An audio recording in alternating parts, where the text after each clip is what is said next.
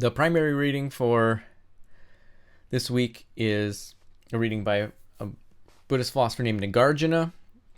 He's really important in later Buddhism. In Tibet, he's sometimes called the second Buddha.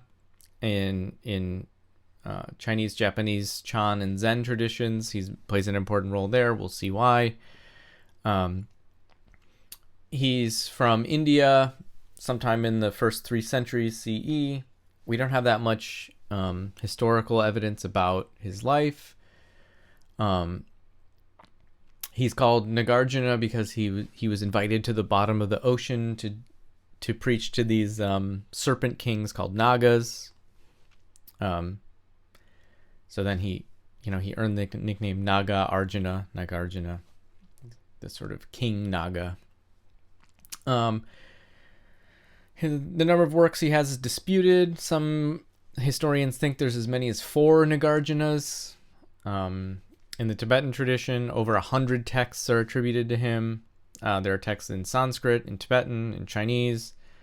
He has some famous ethical texts. There's one called Letter to a Friend, another one called the Precious Garland. So these are texts of him giving ethical advice to rulers. The excerpt we read for this week is a text called the Mula Madhyamaka Karika. It's a mouthful. The English title is The Fundamental Wisdom of the Middle Way. Also still a mouthful. It's sometimes abbreviated as MMK.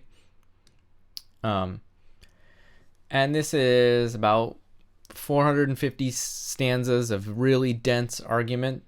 There's a lot of commentaries. So I'll put up...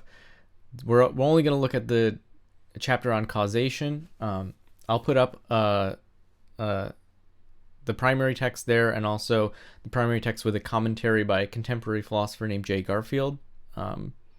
That's optional, but it does help to have a commentary to make sense of it.